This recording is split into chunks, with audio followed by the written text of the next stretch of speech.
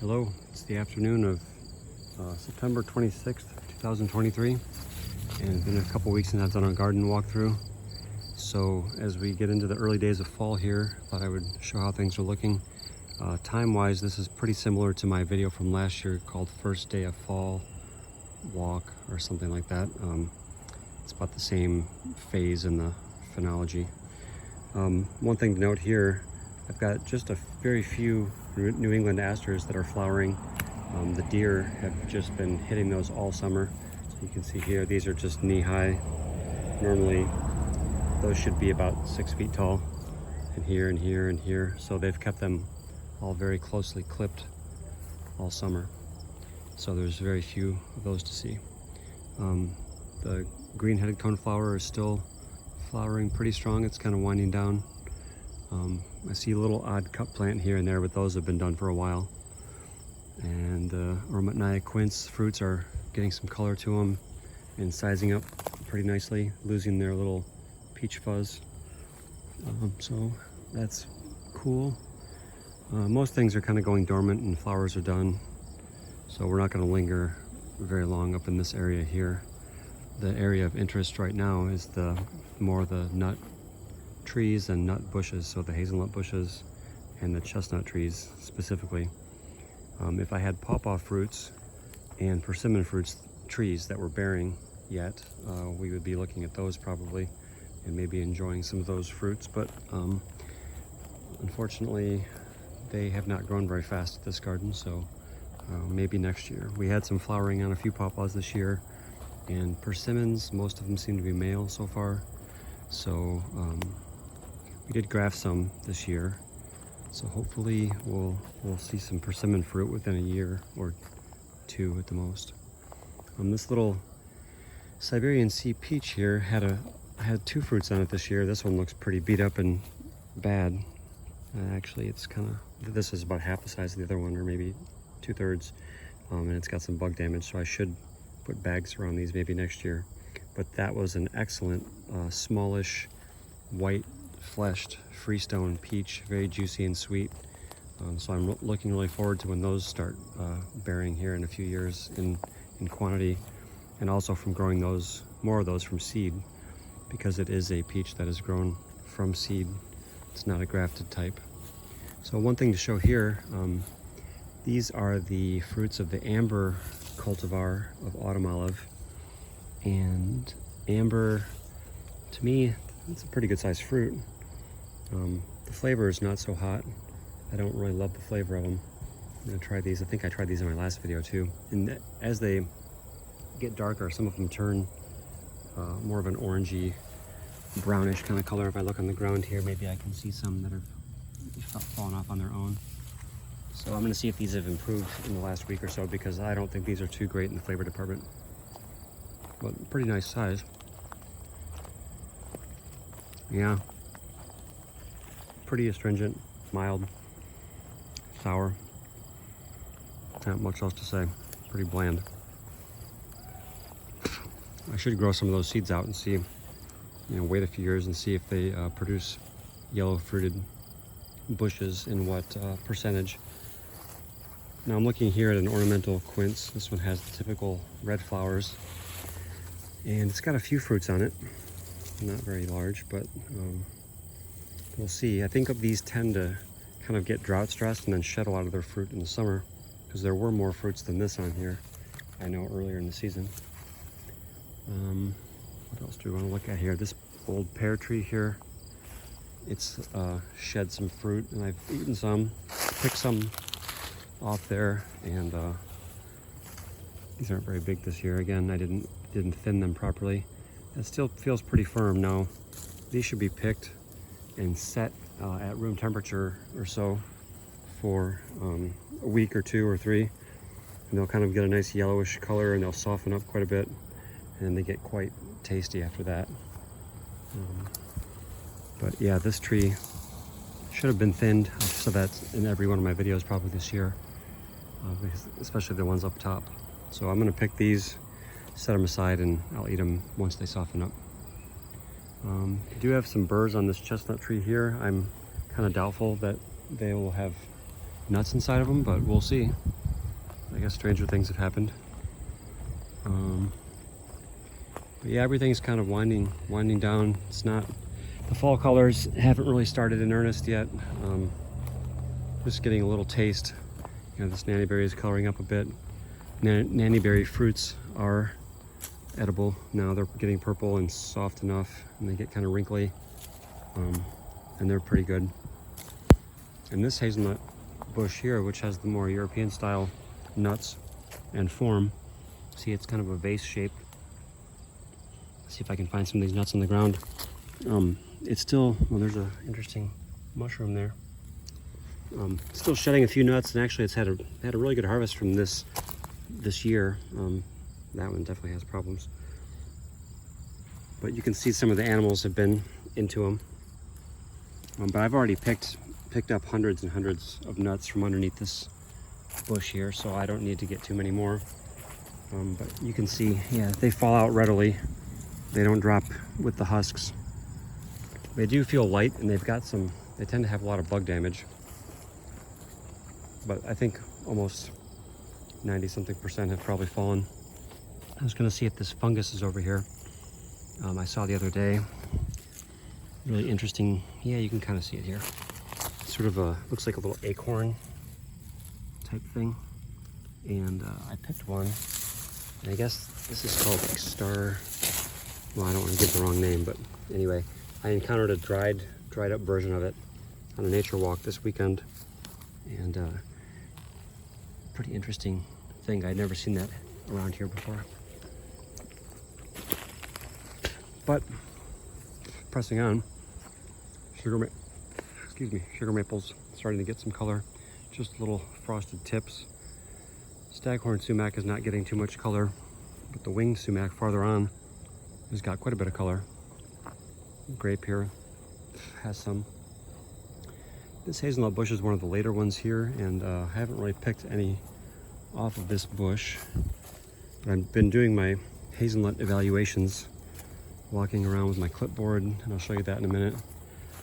This bush has a pretty good nut set on it this year, and they're a later ripening one. They're just starting to kind of color up now. But the branches, you know, have a good number. They're not the tastiest one out of the bunch, but they're pretty good. So I'm going to walk over here. Not much to show in the nursery.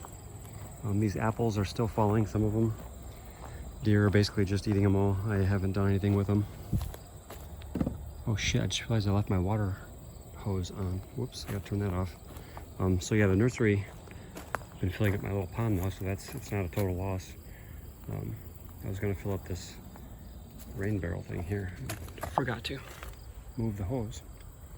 So yeah, looking over here, there's some chestnut seedlings. There's a few odds and ends. I've given away a lot of plants. There's one New England ash of the deer mist. Over here in this bed, we've got some boart nuts, some brambles that have just gone wild and are actually flowering or about to, somewhere near the process of flowering. So they might actually set fruit if the season is long enough.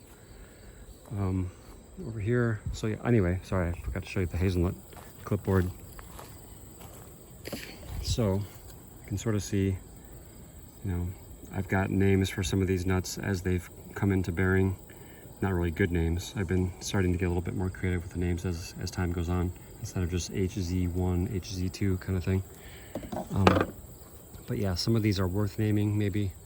A lot of them are probably not. Oh shit, I put that peach in my back pocket and it just squashed. Whoops.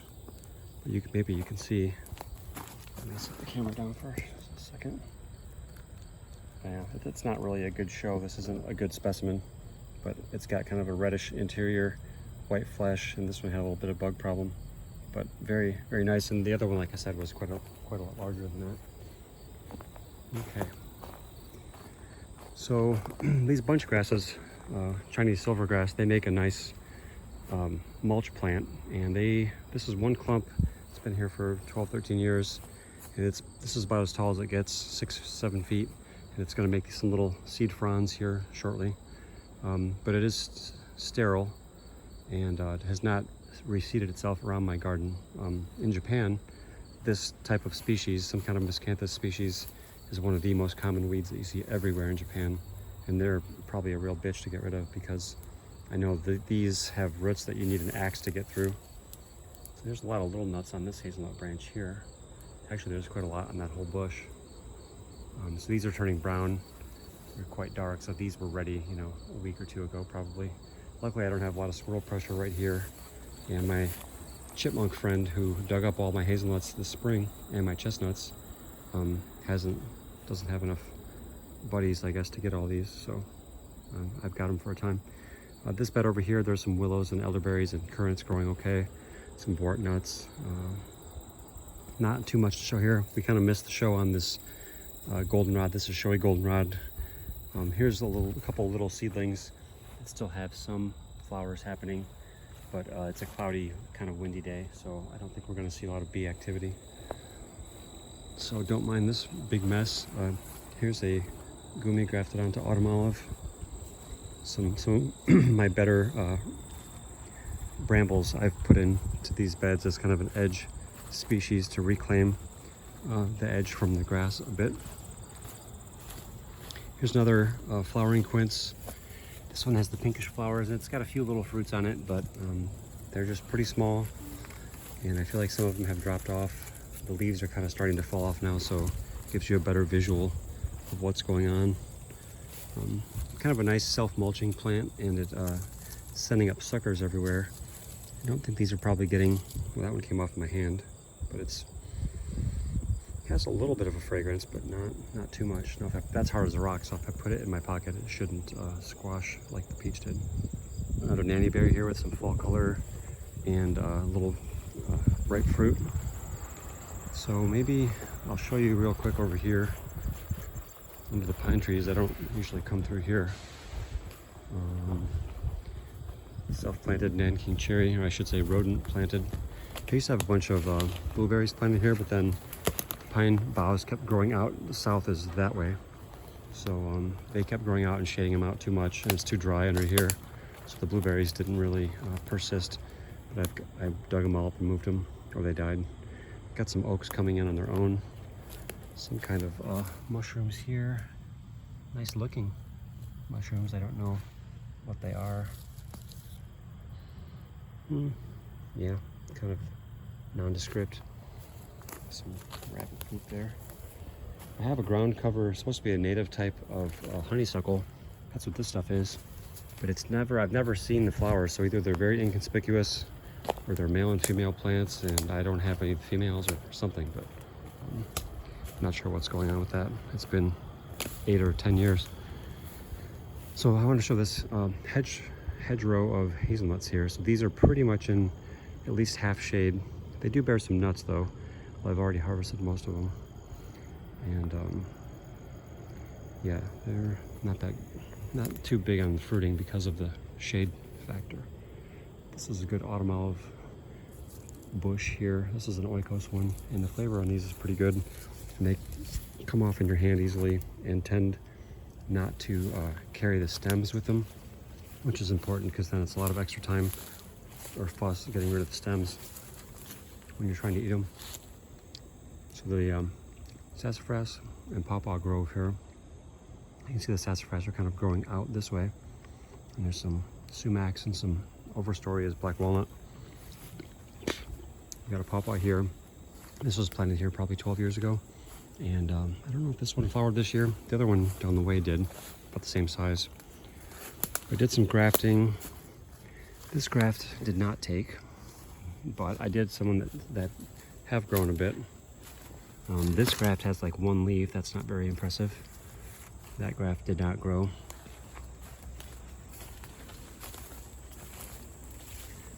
Is this a graft? Yeah, that's a graft. So there we've got some growth. That's actually not too bad on that. Unfortunately, there's a hazelnut that came in from a rodent somewhere, so I should get rid of that.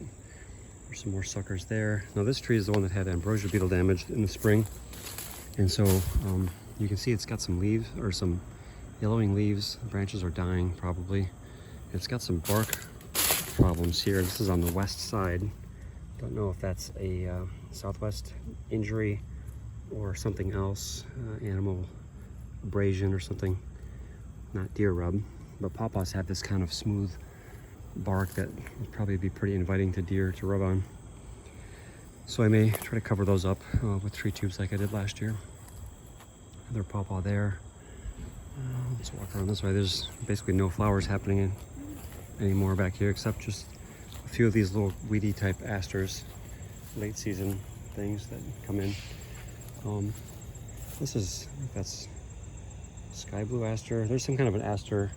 I planted some back here years ago, and they seem to have naturalized a little bit, which is great. I forgot to point them out a minute ago, but you'll see them here and there in the woodland area. So there's some down there, there's some over there, all through the understory here. There's some of those asters, which is great.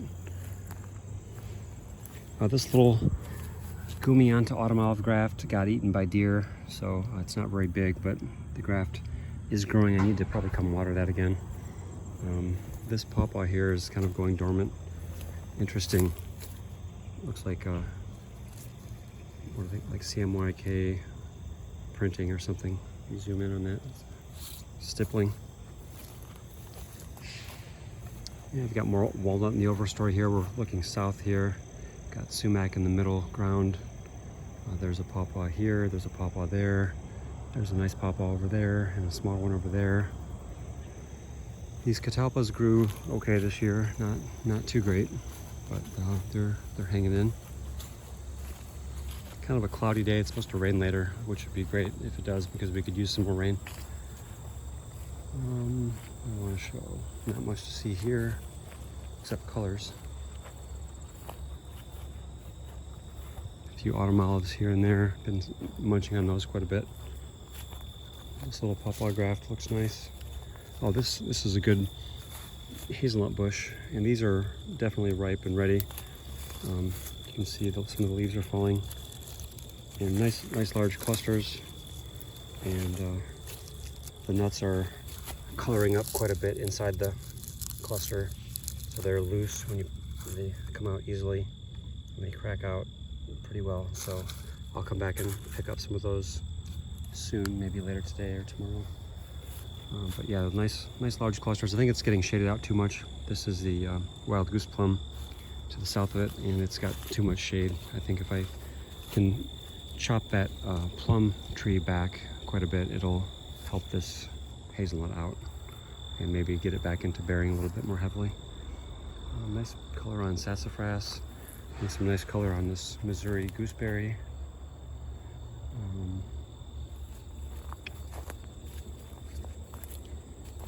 Let's walk over this way. Here's an autumn olive ahead of us that's got a pretty good crop on it.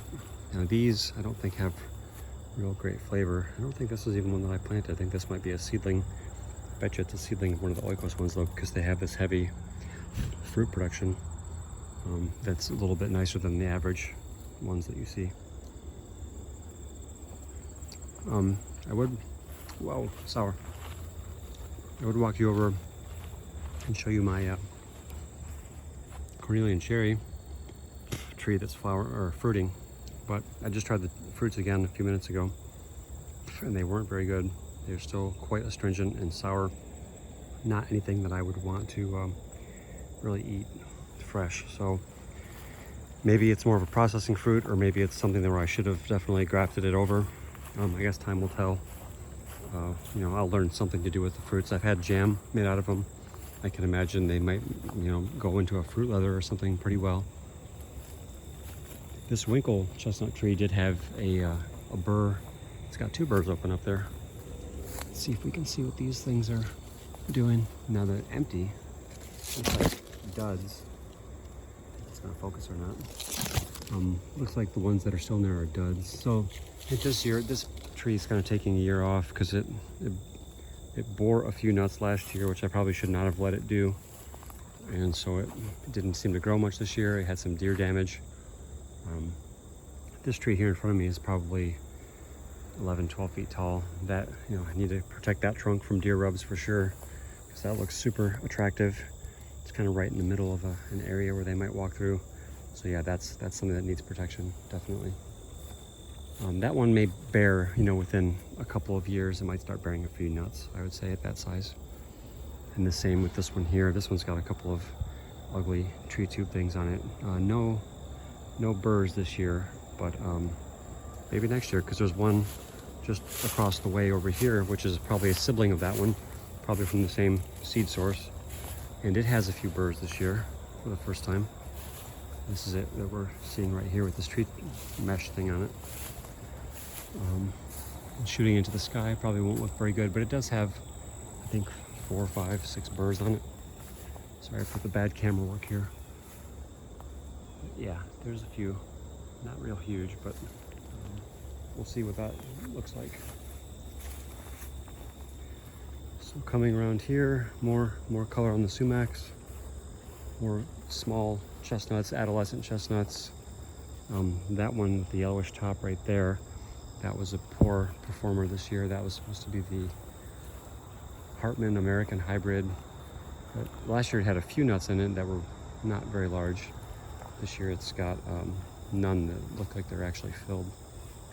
There's a bird here eating seeds, maybe from these silphiums, bouncing around. I didn't quite see if it was a goldfinch or something else. I don't want to bother it, but it's getting what it can. All the getting's good. But yeah, the colors are kind of nice. It's a cloudy day today, so it's not real striking, you know, with the sunlight coming through. These wing sumacs are coloring up pretty red. But now we're getting over to the area where I'm coming the most recently, which is the chestnut area. And for good reason, because this large tree ahead of us, that's the timber chestnut from Oikos, and that had a pretty good crop this year, and it's been dropping quite a lot of nuts, and for about the last week. Now last year it was the 15th of September when it dropped the first nuts. This year I think it was about the 17th or so. So I just picked all these up an hour or two ago, so we're not going to find too many that are good nuts on the ground, because I don't think that many have fallen in the interim.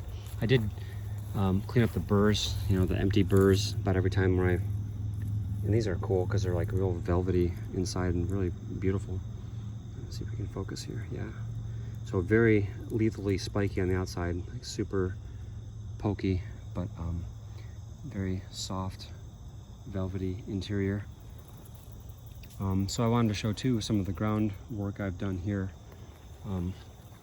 Underneath these trees, I brought my loppers and I brought a scythe, and so I've been cleaning up, you know, there are a lot of sumac stems, things of that nature, growing up under here, and then also just whatever sort of brambles and brush type stuff is growing up. I've been clearing some of that stuff out, so it's easier to see the nuts when they fall, and just to get a visual instead of like scraping up my hands digging through the dewberries and stuff all the time. So it makes it a lot easier. And I added a bunch of mulch here, several wheelbarrow loads worth, because this was like sort of a low spot. I think there were old tire ruts there. So to give the tree some more mulch, you know, indirectly, I'm sure the roots are going pretty far away from here. So yeah, this timber, it's been a really good year for it. It had quite a few duds, blanks, but you know, they're small nuts. They're not going to win any awards for size.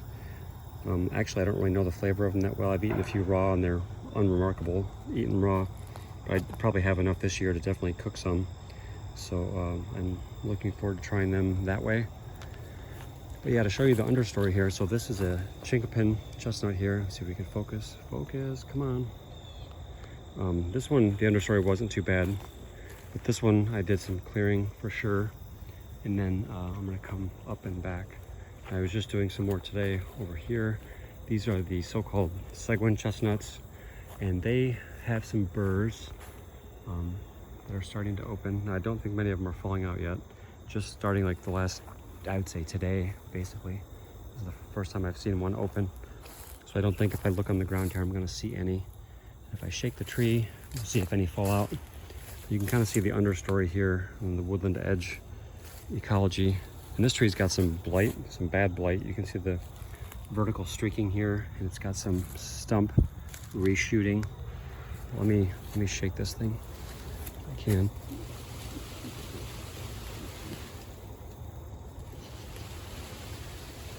Damn, nothing wants to shake out. Oh well. Sorry for the camera shake.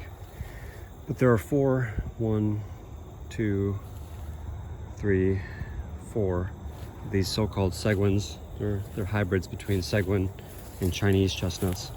And only 2 of them have any nuts this year. I think only 2 of them had nuts last year.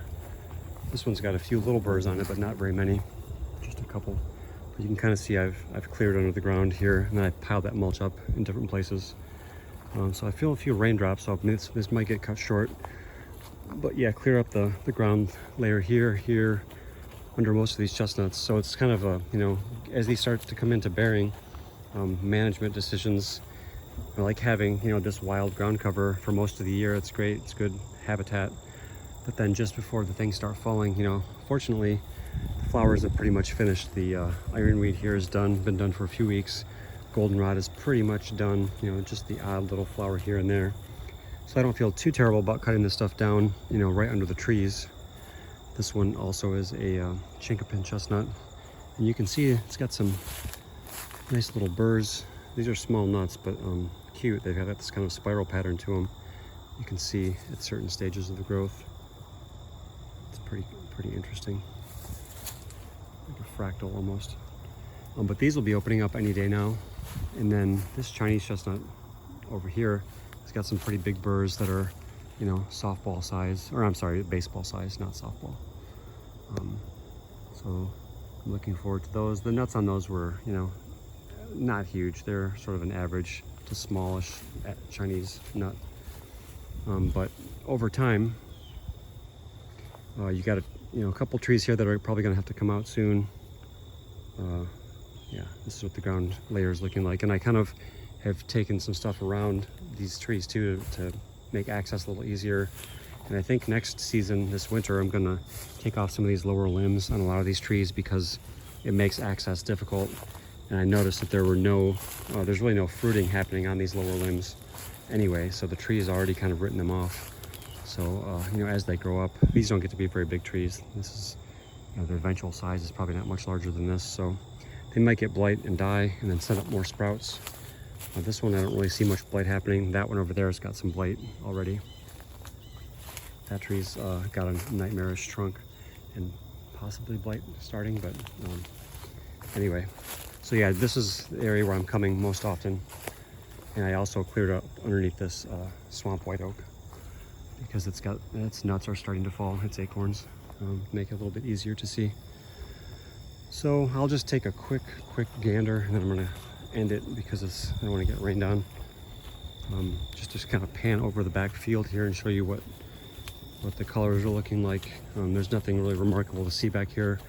Nothing that's fruiting anyway, except maybe autumn olive. There's a heavy fruiting autumn olive over there. I'm not gonna walk over there and show it, but anyway. So this will be a little bit shorter than my normal videos, which is probably welcomed by most of my viewers, all 6 of them. But yeah, just collecting nuts. Oh, here's some nuts on this hazelnut, and the leaves look really beat up. Need to come back and evaluate these. I haven't cracked these out for flavor yet, but there are some good hazels that are showing up, and some of them are showing up hundreds of feet away from where I have any other hazelnuts growing, so the animals are moving them around quite a bit. I will walk through here and then walk back up the right of way just to take a different route instead of going back the way I came. Looks like a little witch hazel there. That's a Japanese butter or heart nut or something over there. Those, as the colors start to change, you can start to see some certain things that aren't really obvious in the heavy green of summer. And there are a couple hazels back here that I want to evaluate too. They're starting to come in at pretty good production, if the wildlife hasn't got all the nuts yet. So yeah, enjoy the little colorscape here. These hazels have some good crop on them. Come get those, or I get some. I don't harvest. I've learned not to be too greedy with the harvest because Sometimes I've harvested things and I haven't ended up eating very many of what I harvested, so in that case I would have been better off just leaving it for the wildlife instead of being stupid and hoarding it myself. Plus I have to make it more of a part of my diet. That's another other problem. There's a blue jay calling. This autumn olive here's got quite a load of fruit on it. I haven't noticed this one before. Let's see what these taste like. Oh, pretty good size too. Real nice size. Wow, no stems. How about that? Okay, focus, please.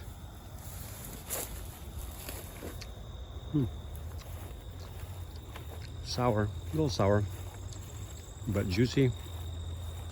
Not very astringent. That's a winner. That's a keeper. Okay, thank you for watching. Hope you enjoyed it. I'll probably do another one in the sort of peak of the fall color here. Maybe something more specific about the chestnut harvest or about the hazelnut harvest. We'll see how time and interest allows. All right, thanks. Have a good day or night. Bye.